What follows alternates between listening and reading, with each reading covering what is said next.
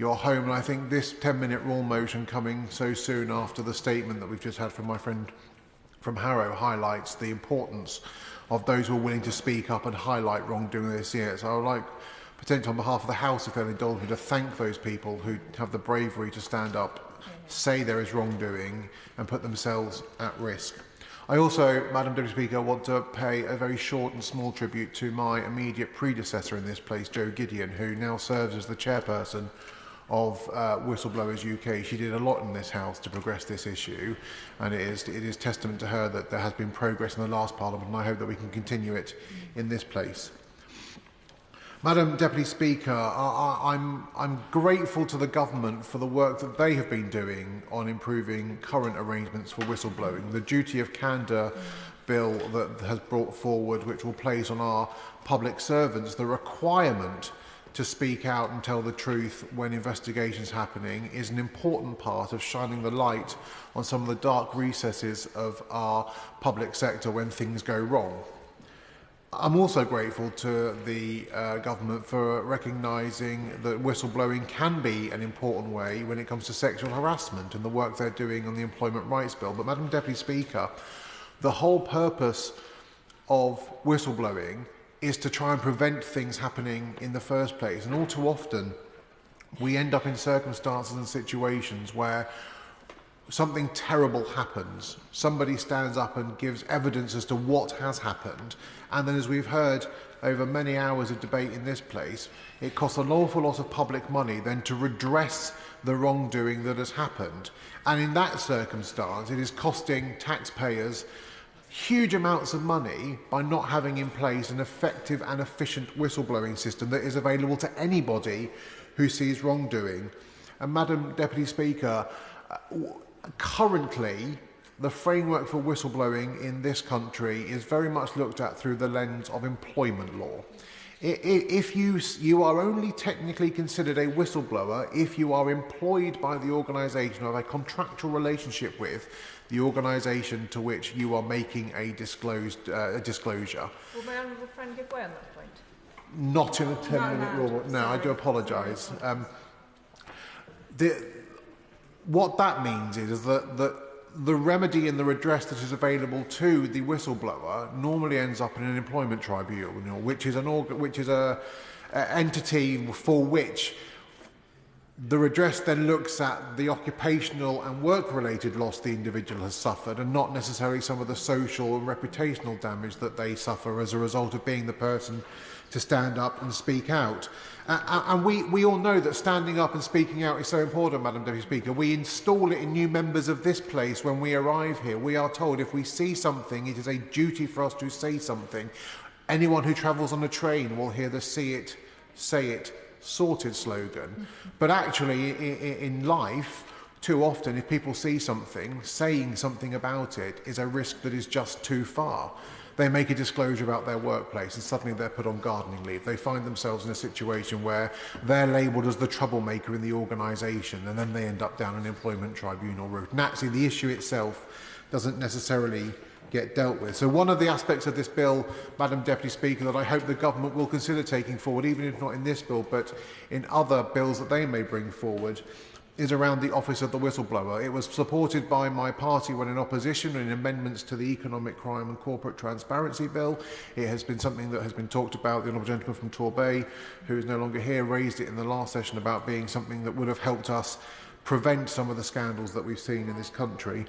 What the Office of the Whistleblower would do is it would give a genuine levelling effect to those people who stand up and say the right thing, who then suddenly find themselves combated by and opposed by the legal and financial resources of huge companies who seek to discredit them, who seek to isolate them, seek to put them in a position where their reputation and their home life is struggling. And with an Office of the Whistleblower, we can remove that David versus Goliath situation, and we can put it genuinely in a place where speaking up and doing the right thing counts. The other thing that I would hope that the Office of the Whistleblower would do is be able to look at and be a designated point for people to report when they have themselves made a disclosure. Now, currently there are 88 different regulatory bodies that can take a whistleblowing declaration. In fact, members of Parliament, we are prescribed people, Madam Deputy Speaker. We are somebody about whom a whistleblower can make a declaration without necessarily incurring penalty. Very few of us know that. Very few of us, I think, are then able to progress that to a new stage. So the Office of the Whistleblower would have a requirement to collate the data around where whistleblowing declarations are being made from public bodies and from those other organisations. And what that would crucially, Madam Deputy Speaker, allow for is for data to tell us where there is a problem, because I am sure that even today there will be employees in the NHS, in the civil service, in public sector organisations, in the private sector, who are making a disclosure to a manager who may have had somebody else yesterday making a disclosure to a different manager about the same problem, but no one is collating that data to say, actually, this is a problem in a particular sector. We should probably look at this. We should probably take some action now and prevent a genuine wrongdoing, malpractice, malfeasance, or even death from occurring. And our current whistleblowing arrangements are far too reactive. They rely on somebody standing up and speaking out, and they rely on that person taking a risk after an event has happened. It becomes almost a, here is the evidence to correct the wrongdoing that has occurred.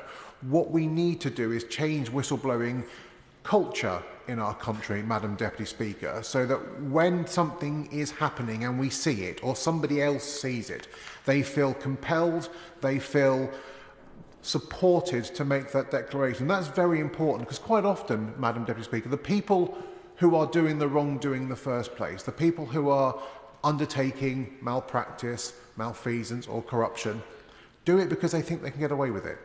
They do it because they think nobody is watching. They do it because they think the risk is less than the reward they can personally derive from what's going on. It could be a cover-up, it could be fraud, it could be any form of non-criminal activity.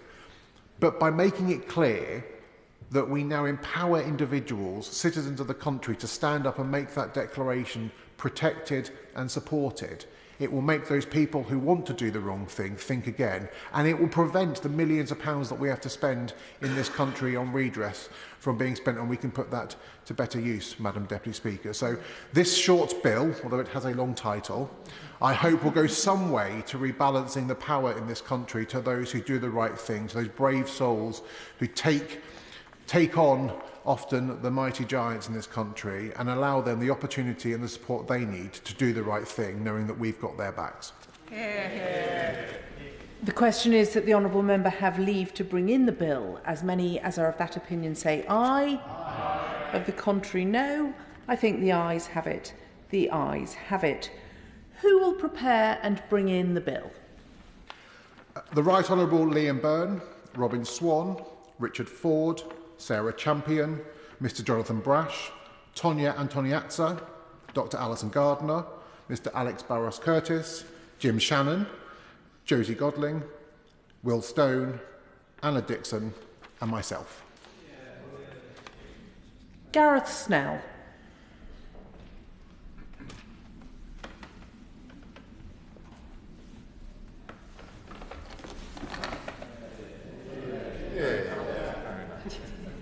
One more.